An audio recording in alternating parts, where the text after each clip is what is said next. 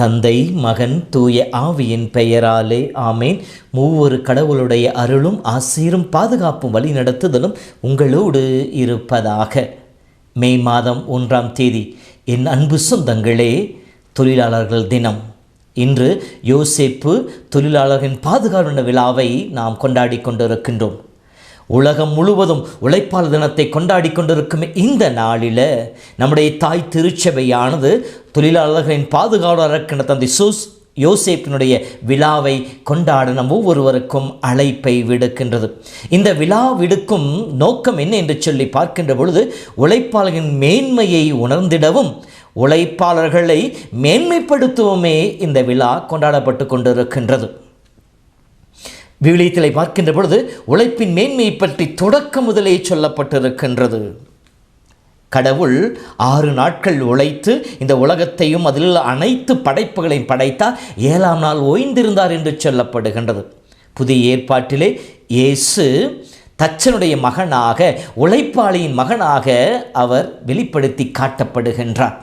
அதேபோல விவிலியத்திலே பார்க்கின்ற போது ஒவ்வொரு அழைப்பும் கூட அழைக்கப்பட்ட மனிதர் தன்னுடைய பணியை செய்து கொண்டிருக்கின்ற பொழுது கடவுள் அவர்களை அழைக்கின்றார். மோசே ஆடு மேய்த்து கொண்டிருக்கின்ற பொழுது, தாவீது ஆடு மேய்த்து கொண்டிருக்கின்ற பொழுது, சவுல் தன் தந்தையினுடைய கழுதையை தேடிச் செல்கின்ற பொழுது, சீடர்கள் கடலிலே மீன் பிடித்து கொண்டிருக்கின்ற பொழுது, இப்படி பெரும்பான்மையான அழைப்புகள் அவர்கள் தன்னுடைய பணியை செய்து கொண்டிருக்கின்ற பொழுது உழைப்பின் மேன்மை அறிந்த இயேசு அவர்களை அழைப்பதாக காட்டப்பட்டிருக்கிறது.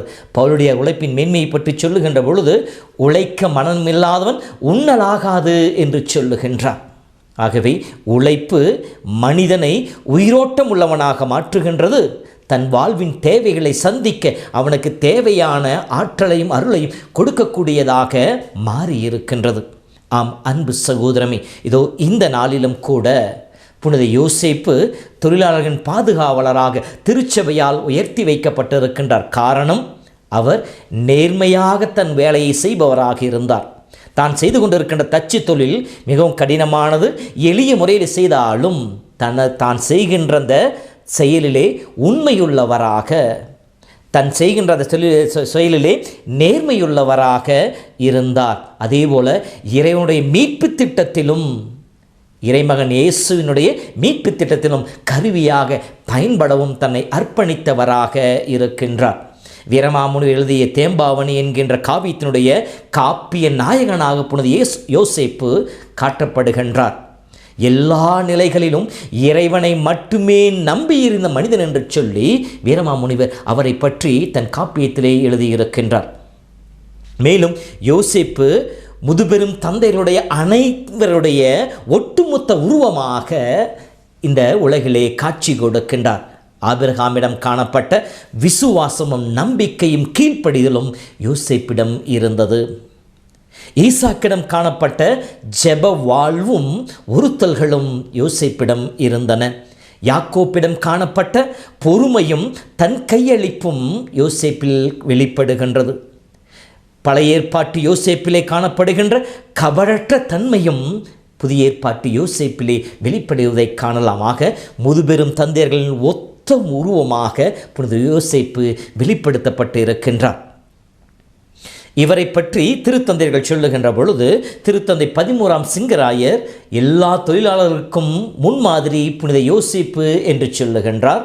திருத்தந்தை 15ஆம் ஆசீர்வாதத்தை சொல்லுகின்ற பொழுது, சிறந்த வழிகாட்டியாகவும் மேலும் நாம் பின்பற்ற வேண்டிய ஒரு முன்மாதிரியாகவும் புனித யோசேப்பு இருக்கின்றார் என்று சொல்லி அவரை பற்றி புகழாரம் சூட்டுகின்றார். இந்த மே தினமானது, தொழிலாளர் தினமானது முதலாக கம்யூனிஸ்ட் கட்சியினரால் 1955ஆம் ஆண்டிலே கொண்டாடப்பட்டு கொண்டிருந்தது. அதை இன்னும் வலு சேர்க்கும் விதத்திலே அப்போதைய திருத்தந்தையாக இருந்த 12ஆம் பத்திநாதர் இந்த தொழிலாளர்களுடைய தினத்தை தொழிலாளர்களின் பாதுகாவலராக புனித யோசேப்பை உயர்த்தி அதற்கு நிறைவு கொடுப்பவராக இருந்தார். இத்தகைய சிறப்புமிக்க தொழிலாளர்கள் பாதுகாவலராகிய யோசேப்பிடம் காணப்பட்ட குணாதிசயங்கள் இன்று தொழிலாளர்கள் நம் ஒவ்வொருவரும் காணப்பட வேண்டும். எப்படி என்றால், எந்த தொழிலையும் தாழ்வாக கருதக்கூடாது. எந்த தொழிலை செய்கின்ற பொழுதும் மனமொத்து அதை செய்ய வேண்டும். முழு மனதோடு அந்த காரியங்களை செய்ய வேண்டும். அந்த பணியை ஈடுபாட்டோடு நேர்மையோடு செய்பவர்களாக இருக்க வேண்டும். உழைப்பு என்பது சாபம் அல்ல, அது வரம் என்பதை உணர்ந்து கொண்டு அந்த வரத்தை நாம் பெற்று அதன் வழியாக பிறருக்கு அந்த ஆசிரை பகிர்ந்து கொடுப்பவர்களாக இருக்க வேண்டும். இறைவன் கொடுத்த திறனையும் ஆற்றலையும் பயன்படுத்தி இந்த உலகத்தை, கடவுள் நம் கையில் கொடுத்திருக்கின்ற உலகத்தை இன்னும் அழகுள்ளதாக, இன்னும் மெருகேற்றக்கூடியதாக மாற்றுகின்ற உடன் படைப்பாளிகளாக நம் ஒவ்வொருவரும் மாற வேண்டும். ஆகவே உழைப்பை கடமைக்காக செய்கின்ற பொழுது சாபமாக மாறுகின்றது, பாவமாகின்றது. அதுவே கடமை உணர்வோடு செய்கின்ற பொழுது அதுவே நமக்கு ஆசீராக மாறுகின்றது என்பதை புனித யோசேப்பின் வழியாக நம் ஒவ்வொருவருக்கும் திருச்சபை சொல்லிக் கொடுக்கின்றது.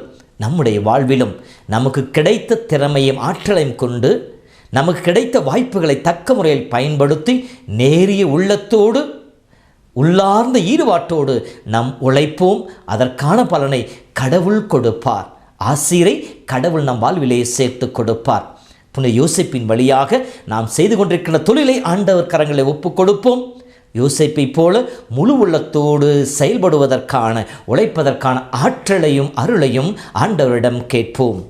ஆண்டவர் தாமே உங்களோடு இருந்து உங்களை ஆசீர்வதிப்பாராக. புனித யோசேப்பின் பரிந்துரையினாலும் உடனிருப்பினாலும் இறைவன் உங்களுக்கு எல்லா வரங்களையும் ஈந்து உங்களை காப்பாராக. எல்லாம் வல்ல இறைவன், தந்தை, மகன், தூய ஆவியின் பெயராலே ஆமென்.